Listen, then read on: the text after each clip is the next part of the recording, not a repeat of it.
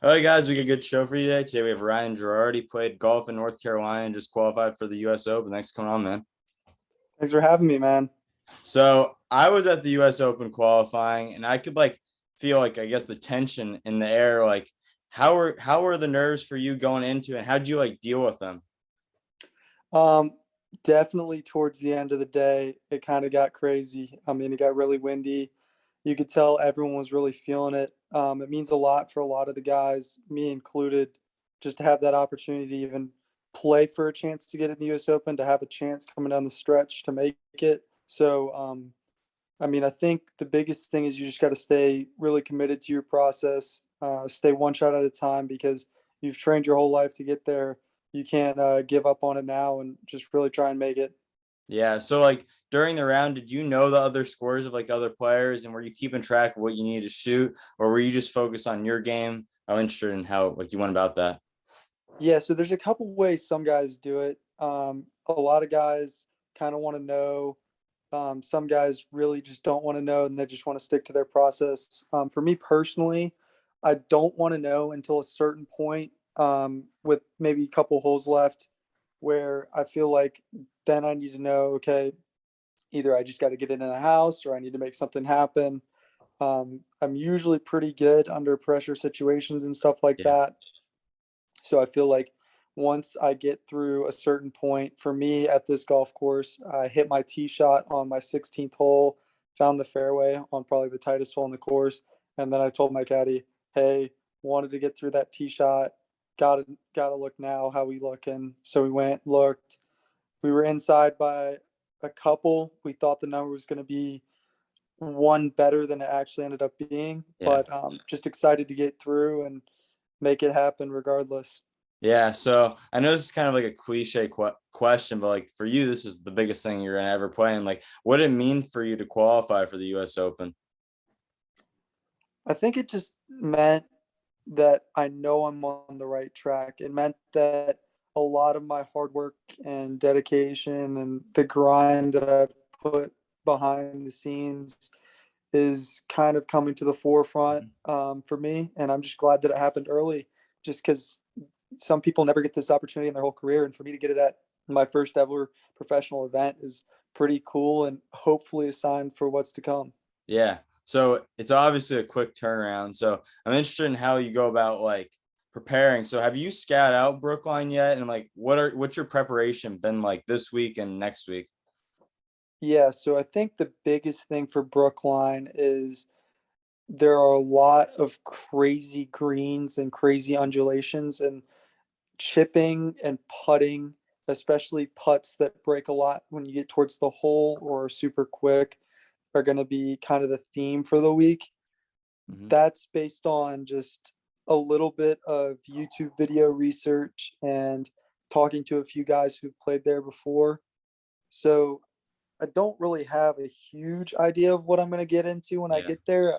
Obviously, you see the flyovers online, but when you show up on the ground, everything can change based on how the weather is or Mhm. how the course is set up. So I think for me, just kind of really stick in terms of my practice, really stick to what I know, and just spend a little bit more time working on some putts that are either a little bit quicker or break a little bit more, and just try and get a feel for playing stuff outside the hole, especially when it comes to shorter putts, because sometimes, especially in Florida down here, you don't do that a lot. Yeah. So in my sport, when we're changing surfaces, I we get there a few days early and we're trying to figure out the speeds because everything's different. So in your practice rounds for you, are you hitting shots at certain parts of the green to see how this might come there, or how's a practice round work for you?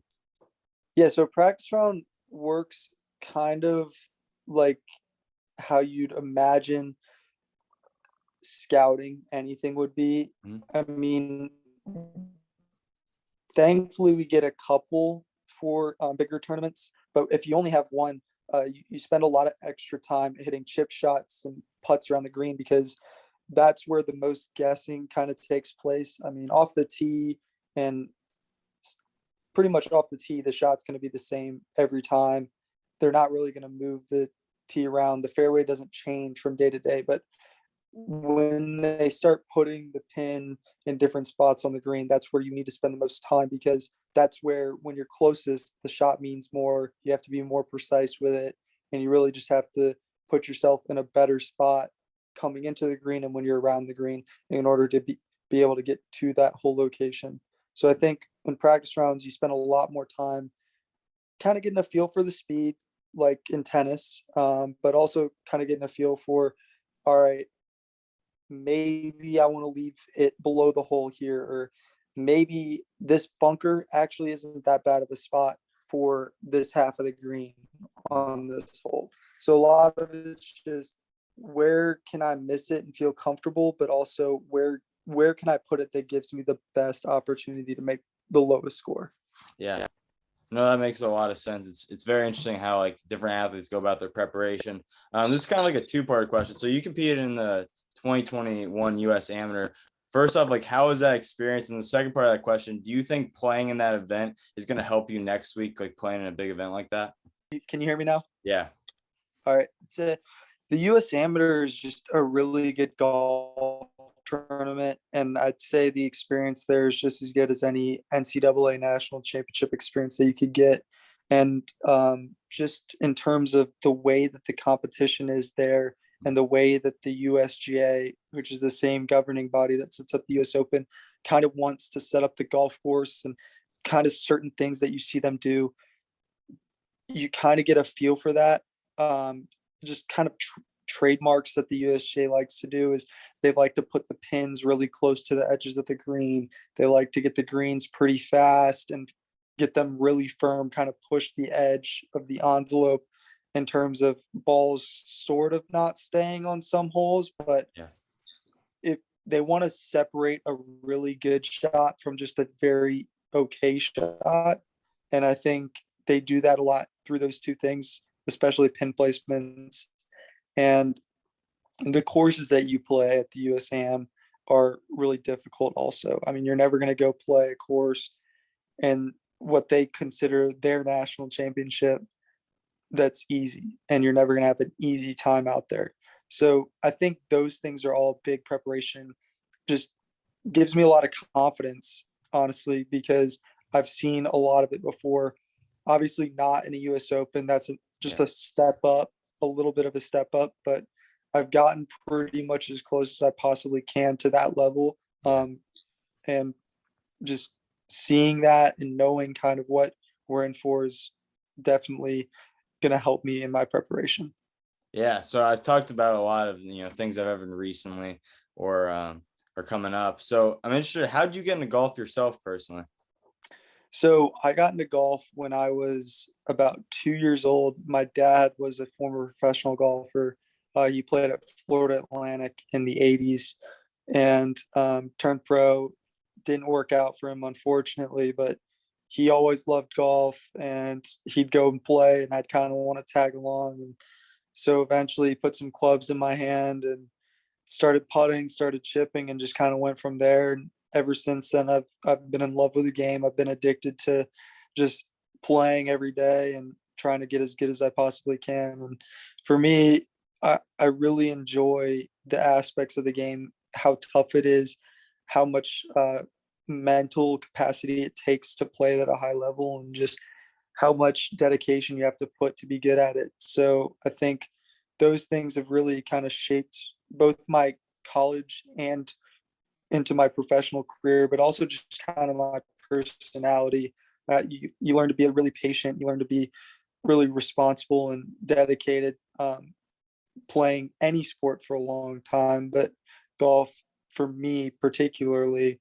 And I think that's just helped me build my character and develop myself as a person. Yeah. Was there any moment like growing up where you knew like, man, this like college and professional golf is something I could do? Was there a certain point for you?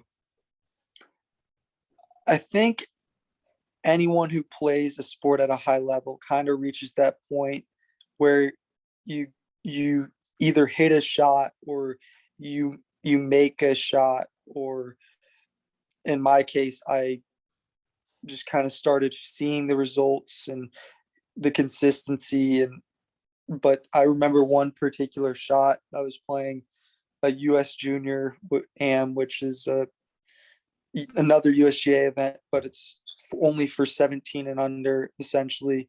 And I made this really difficult long putt, kind of downhill on the last hole to tie it up, send it to extra holes, and I went on to win. And I kind of knew then, it was like, man, that's something that if you're going to be really good, that's something that you had to do. And I kind of saw myself start to make those shots when it mattered and hit really good shots when I started feeling pressure. So I think once that kind of kicked in, I realized, man, this could be a career, but also could be a gateway to an education in the future for me.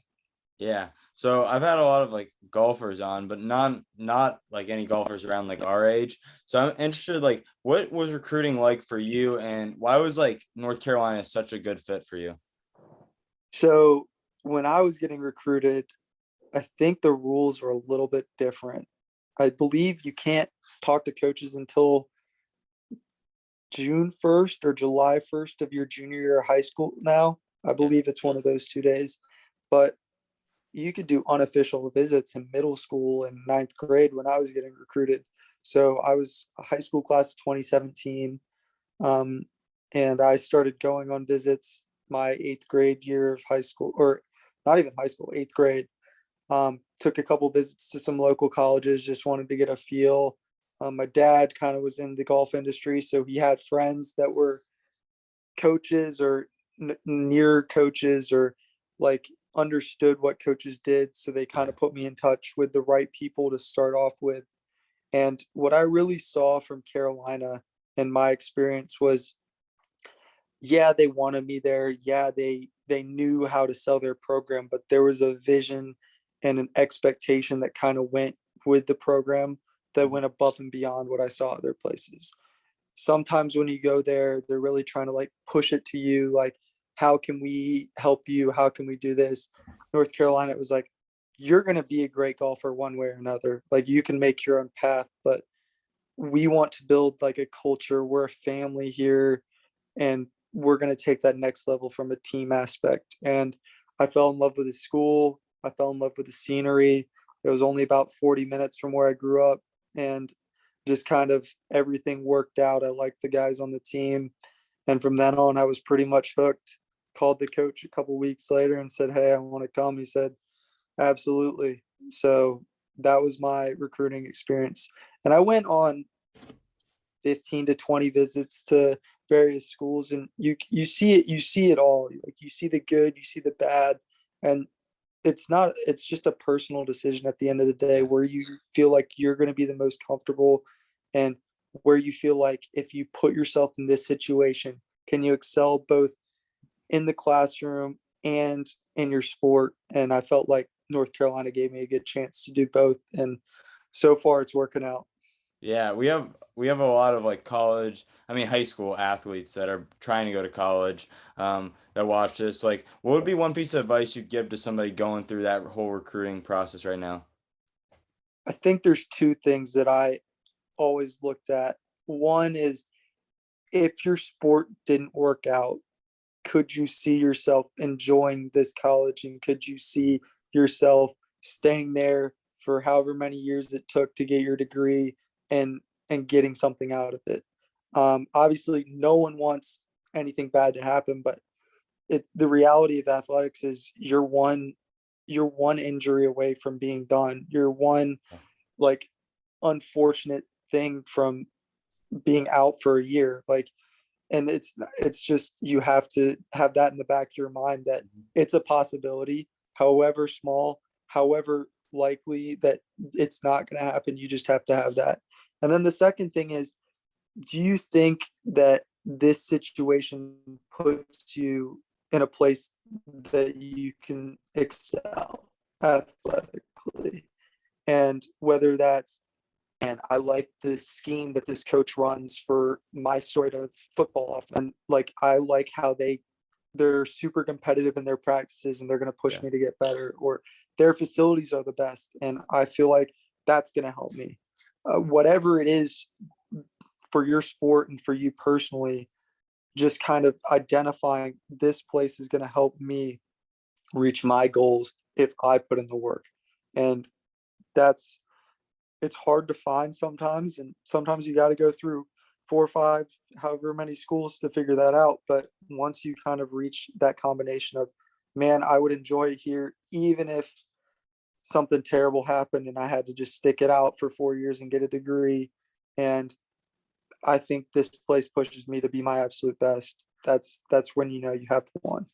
Yeah, no, that's really good advice. So you had something you had to decide that a lot of my friends had to is you ended up playing 5 years at UNC. Why'd you choose to come back for that fifth year? And were you juggling like the option of going pro? I absolutely my fourth year, my true senior year, felt like, man, this professional golf thing, it's really close. I really, really see it Yeah. in the it just coming up, and it was a goal of mine ever since I was a little kid to be a professional golfer. And I really had to take a long look in the mirror and kind of say, what's the best thing for me and what's the best thing for my team. And I ultimately decided that I was going to come back for a fifth year, play an extra year. And because of that, I felt like I learned a lot. I gained a lot of experiences, and I actually helped myself. And I think the biggest reason why it was beneficial is because I could take a little bit of time away from the classroom. My schedule didn't become quite as bunched up, and I'd seen it all. I knew how to get through your education. I knew all the coaches. I knew all the strength and conditioning. I knew the nutritionists. I knew all that stuff. And I kind of just had developed to a point where everything became a little bit easier for me and helped me push myself in other areas on the golf course, in the weight room, etc. So when I got to that point, um, I also knew my team had a really good chance of winning a national championship. And at that point, I was kind of like, man, I really want to stick around, just because you want to win a national championship, want to get better. I felt like I was in a situation where I could, and I'm thankful that it worked out. Yeah. Obviously, could have turned pro last year, made the U.S. Open maybe, and it would have been completely different. But I don't really want to change anything. I really was happy with the decision that I made and my team this past year, and being a part of the Carolina athletics family. Yeah, no, that's awesome. The last two questions, you kind of like alluded to a little bit. You talked about some of the things you learned at UNC. What do you think was the most important thing you learned there? I think it's a combination of time management and dedication to what you got to do. Obviously,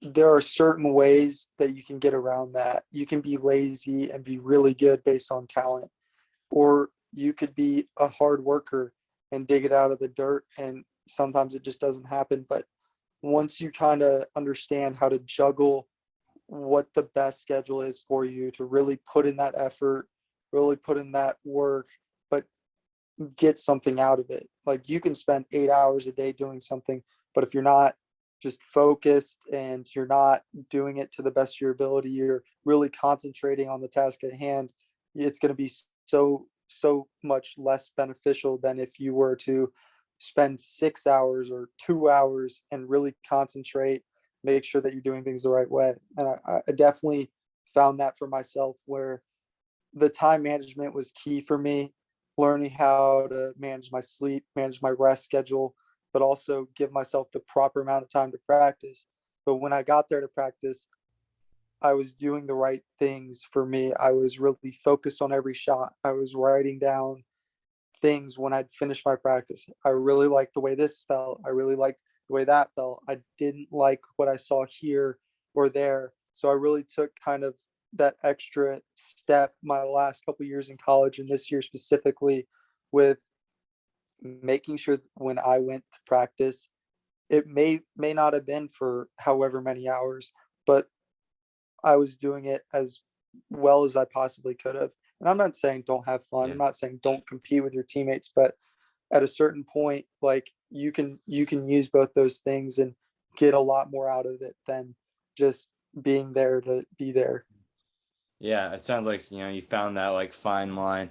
Um, so the last question, you always finish off with it. It's kind of funny because you're like just starting your career, but we always ask this. So when your career is over down the line, how do you want to be remembered?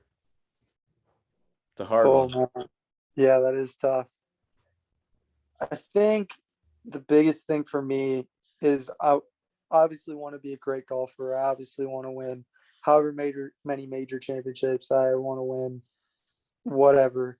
But I really want to be just remembered for being a decent, genuine person. I want everything that I do to be like me, for me, my own self, my decision. I don't want it to be I'm just playing along for someone else's game or doing something just because of the money. I really want it to be I'm acting in my own interest that's good for myself and making sure that I'm making the decision that I'm okay with and happy with.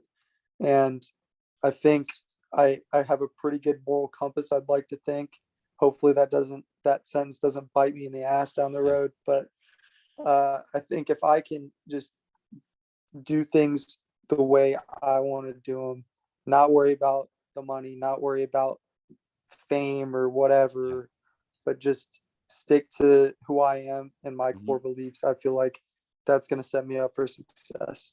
Yeah. Well, Ryan, I really appreciate you coming on, man. It means a lot. I wish you the best of luck at the US Open and stay in touch, man. Yeah, Luke, thanks so much, man. I really appreciate it. Anytime you want me to come back, let me know. I appreciate it, man. Thank you.